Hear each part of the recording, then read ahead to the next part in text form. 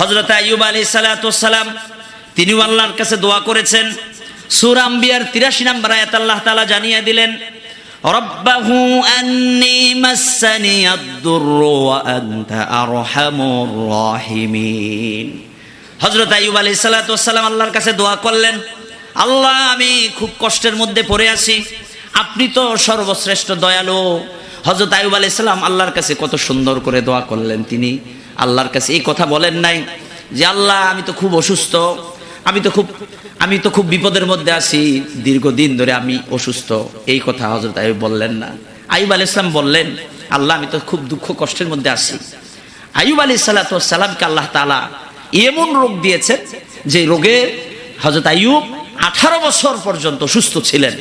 এই 18 বছর এই সময়ের মধ্যে ছেলে সন্তান আপনজন সবাই দূরে সরে গেছে, শুধুমাত্র তার সাথে ছিল তার স্ত্রী এবং তার 2 জন বন্ধু। হযরত আইয়ুব আলাইহিস সালাম এই কথাও তিনি বলতেন না আল্লাহর কাছে। যখন তিনি দেখলেন তার 2 বন্ধু তাকে হেল্প করতে যায়া, সাহায্য করতে যায়, একজন আরেকজনকে বলতেছে আইয়ুব মনে হয় এমন কোন অপরাধ করেছে যে অপরাধের কারণে আল্লাহ তাআলা আইয়ুবকে এত কষ্ট দিচ্ছেন। মানুষ অসুস্থ হয় ভালো কথা, কিন্তু দেখা যায় মানুষ অসুস্থ হয় আবার কিছুদিন পর সুস্থ হয়ে যায়। কিন্তু আইয়ুবের এমন কি রোগ হলো যে আইয়ুব অসুস্থ হয়েছে কিন্তু আজও পর্যন্ত সুস্থ হয় না। আমরা তো আইয়ুবের জন্য কাজ করতে করতে যাই নিজেরাই অসুস্থ হয়ে পড়তেছি। একজন আরেকজনকে বলে, আইয়ুব আলাইহিস সালাম এটা আবার দূর থেকে শুনতেছেন। এটা শোনার পর আইয়ুব আলাইহিস সালামের কষ্ট কমছে না বাড়ছে? বাড়ছে। 2 বন্ধু একে অপরকে বলতেছে আইয়ুব মনে হয় এমন কোন বড় গুনাহ করেছে যে গুনাহের কারণে আল্লাহ তাআলা তাকে এত বড় বিপদ দিয়েছে, যেই বিপদ থেকে নবী আইয়ুব এখন পর্যন্ত মুক্ত হতে পারেন নাই। আইয়ুব আলাইহিস সালাম তিনি তো জানেন তিনি কোনো গুনাহ করছেন কিনা। নবীরা মাসুম, তাদের জীবনে কোনো গুনাহ নাই। সুবহানাল্লাহ বলেন। এই যে অসুস্থতা এটা কিসের জন্য? এটা আল্লাহর পক্ষ থেকে পরীক্ষা। সুবহানাল্লাহ বলেন। এই কথা শুনে হযরত আইয়ুব আল্লাহর কাছে দোয়া করলেন, রব্বাহু আন্নী মাসসানিয়াদ-দুর, আল্লাহ আমি খুব দুঃখ কষ্টের মধ্যে পড়েছি, আপনি তো সবচেয়ে আমার অবস্থা সম্পর্কে ভালো জানেন, আপনি তো সর্বশ্রেষ্ঠ দয়ালু। আল্লাহ তাআলা হযরত আইয়ুব আলাইহিস সালামকে এই অসুস্থতা থেকে মুক্ত করে দিলেন। সুবহানাল্লাহ। দুরারোগ্য ব্যাধি থেকে আল্লাহ তাআলা আইয়ুবকে মুক্ত করলেন। যাদের কঠিন দুরারোগ্য ব্যাধি, আপনি ক্যান্সারে আক্রান্ত, আপনি মহা মুসিবতের মধ্যে পড়ে আছেন, আপনি দুরারোগ্য কোনো বড় ধরনের ব্যাধিতে আক্রান্ত, হযরত আইয়ুব আলাইহিস সালামের এই শিখানো দোয়া আল্লাহর কাছে করেন, আল্লাহ চাইলে আপনাকে সুস্থ করে দিবেন। হযরত নূহ আলাইহিস সালাতু ওয়াস সালাম তিনিও আল্লাহ তাআলার কাছে দোয়া করেছেন। হযরত নূহ আলাইহিস সালামের সেই দোয়ার কথা সূরাতুল মুমিনুনের 26 নম্বর আয়াত আল্লাহ জানিয়ে দিলেন, রব্বিনসুরনি বিমা কাযযাবুন, হে আমার রব আমাকে সাহায্য করুন ওই বিষয়ে যেই বিষয়ে তারা আমাকে মিথ্যা প্রতিপন্ন করছে। হযরতে নূহ আলাইহিস সালাম 950 বছর উম্মতকে দাওয়াত দিয়েছেন, কিন্তু তারা নবী নূহ আলাইহিস সালামের দাওয়াত কবুল করে নাই, বরঞ্চ বিভিন্ন ধরনের উপহাস ঠাট্টা বিদ্রূপ নবী নূহ আলাইহিস সালামের সাথে তারা করেছে। এমন কি নবী নূহ যখন দাওয়াত দিতে যাইতেন, মানুষেরা ধরে নবী নূহকে এমন ভাবে পিটাতো মনে হতো যে নবী নূহ মারা গেছে। ধরে তাকে পাহাড়ের পাদদেশে ফেলে রেখে আসতো, সবাই ভাবতো নবী নূহ মারা গেছে। সন্ধ্যাবেলা নবী নূহ আবার ঘরে ফিরে আসতেন, সকালবেলা আবার দাওয়াত দিতে লাগতেন।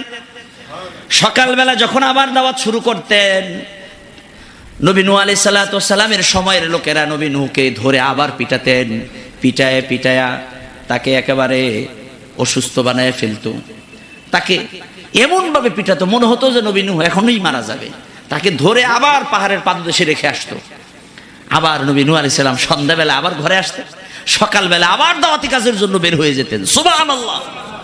নবী নূহ আলাইহিস সালাম দাওয়াতি কাজ করতে যেয়ে কত কষ্ট করেছেন।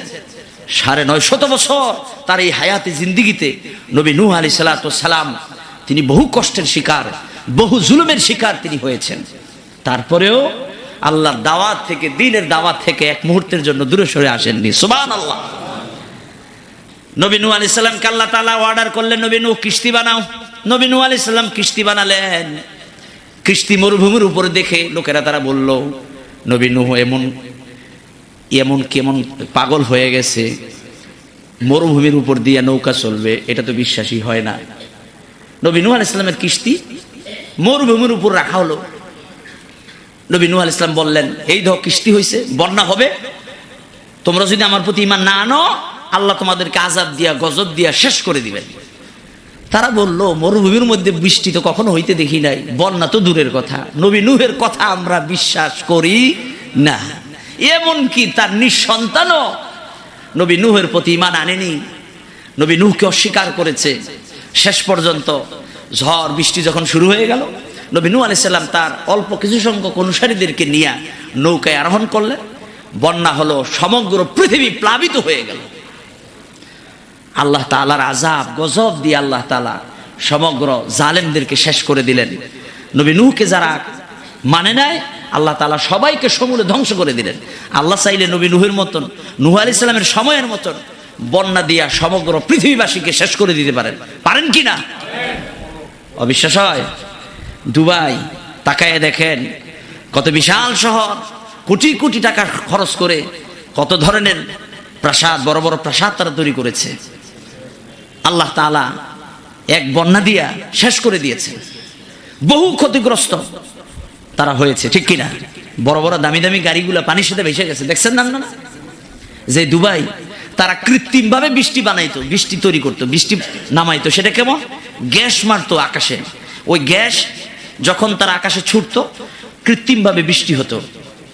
আল্লাহ তাআলা বললেন যে তুই আমার প্রকৃতিকে তুই নষ্ট করস, বৃষ্টি এমন ভাবে দিয়েছি হয়তো বৃষ্টি আর থামেই না, বন্যা হয়ে গেছে। সুবহানাল্লাহ। প্রিয় ভাইয়েরা আমার, নবী নূহ আলাইহিস সালাতু ওয়াস সালাম আল্লাহর কাছে দোয়া করেছেন, রব্বিন সুরনি বিমা কাযযাবুন, আল্লাহ আপনি আমাকে ওই ব্যাপারে সাহায্য করুন যে ব্যাপারে তারা আমাকে মিথ্যা প্রতিপন্ন করেছে। আল্লাহ সাহায্য করেছেন, বন্যা হয়েছে না? বন্যা হইয়া সমগ্র পৃথিবী প্লাবিত হয়ে গেছে। হযরতে শুআয়ব আলাইহিস সালাতু ওয়াস সালাম তিনিও আল্লাহর কাছে দোয়া করেছেন, আল্লাহ তাআলার কাছে দোয়া করেছেন, রব্বানা ইফতাহ বাইনানা ওয়া বাইনা কওমিনা বিল হক, হে আমার রব, আমাদের ও আমাদের সম্প্রদায়ের মধ্যে ন্যায্যভাবে আপনি মীমাংসা করে দিন। আল্লাহ তাআলা দোয়া কবুল করেছেন। হযরত ইব্রাহিম আলাইহিস সালাম আল্লাহর কাছে দোয়া করেছেন, রব্বি জাআল হাদাল বালাদা আমিনা। হযরত ইব্রাহিম আলাইহিস সালাম আল্লাহর কাছে দোয়া করেছেন, আল্লাহ এই শহরটাকে আপনি নিরাপদ করে দিন এবং আমাকে এবং আমার সন্তানদেরকে মূর্তি পূজা থেকে হেফাজত করুন। হযরত ইব্রাহিম আলাইহিস সালাম, হযরত ইসমাঈল আলাইহিস সালাম এবং তার বংশধর এবং আমাদের জন্য দোয়া করছেন যে আল্লাহ এই মক্কা মদিনার এই শহরটাকে আপনি নিরাপদ করুন এবং আমার বংশধর, আমার উম্মত, আমার ইসমাঈলী বংশধর যারা আসবে আল্লাহ আপনি তাদেরকে মূর্তি পূজা মুক্ত করুন। সুবহানাল্লাহ। আল্লাহ তাআলা নবী ইব্রাহিম আলাইহিস সালামের দোয়া কবুল করেছেন। রব্বি, আল্লাহ তাআলা নবী ইব্রাহিমের আরো কয়েকটি দোয়ার কথা বলছেন, রব্বানা ইন্নী আসকানতু মিন যুররিয়াতি বিওয়াদিন গায়রি যি যারইন ইনদা বাইতিকাল মুহাররম। নবী ইব্রাহিম আল্লাহর কাছে দোয়া করলেন, আল্লাহ আপনার হুকুমে আমার এই ছোট্ট দুধের শিশু ইসমাইল এবং আমার স্ত্রী হাজেরাকে এই আরবের মরুভূমিতে মক্কার কাছে আপনার নির্দেশ ক্রমে আমি এখানে রেখে যাচ্ছি। আশেপাশে কোনো বাড়িঘর নাই, গাছপালা নাই।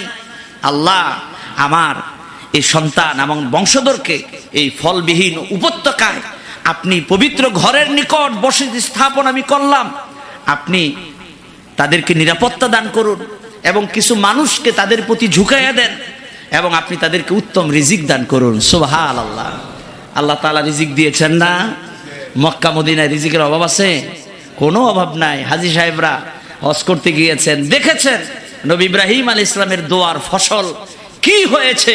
মক্কার মদিনায় খাবারের কোনো অভাব নাই। সুবহানাল্লাহ। আল্লাহ তাআলা ইব্রাহিম আলাইহিস সালামের দোয়া কবুল করেছেন। ইব্রাহিম আলাইহিস সালামের বংশধর, ইসমাঈল আলাইহিস সালামের বংশধর যারাই থাকবেন এই পৃথিবীতে, যারাই তার অনুসারী হবেন, আল্লাহ তাআলা তাদেরকে রিজিকের ক্ষুধা দিয়া, মানে তাদের খাদ্যের অভাব দিয়ে আল্লাহ তাদেরকে মারবেন না, আল্লাহ তাদেরকে পবিত্র রিজিক দান করবেন। সুবহানাল্লাহ।